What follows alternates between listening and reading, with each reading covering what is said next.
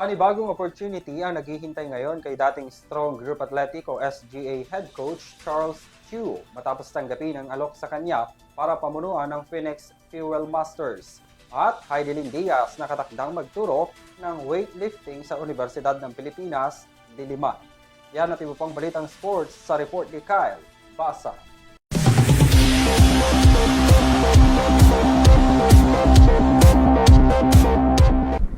Para naman sa balitang sports, tinanggap ni Charles Chu ang bakanteng posisyon sa kopa ng Phoenix Fuel Masters ng PBA bilang head coach. Anunsyo ito ng team ngayong araw, January 20.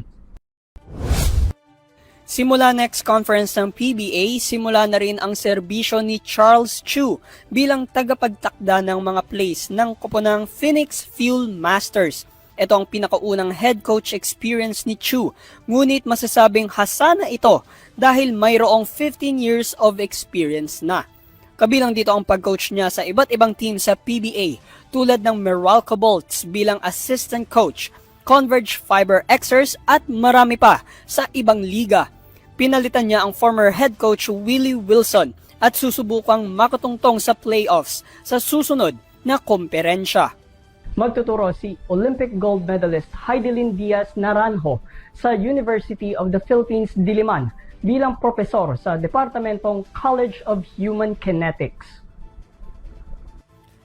Ayon sa UPD, na kumpleto ni Heidelin ang Teaching Effectiveness Course o TEC mula January 12 hanggang 15. Nais niyang mag-iwan ng magandang impluwensya sa mga mag-aaral patungkol sa larangang napanalunan niya ng Olympic gold medal, ang weightlifting.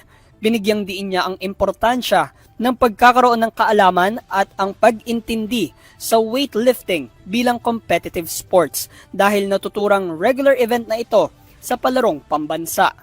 Ipapamalas niya ang kanyang karanasan, kaalaman at kagalingan sa weightlifting sa kanyang dalawang klaseng hahawakan niya sa PE2 simula pangalawang semestre ng 2025 hanggang 2026 academic year. Abangan ang mga susunod na balitang sports. Dito lamang yan sa EuroTV News. Ako muli si Kyle Basa. Balik sa inyo, Henry, Mia at Vanessa.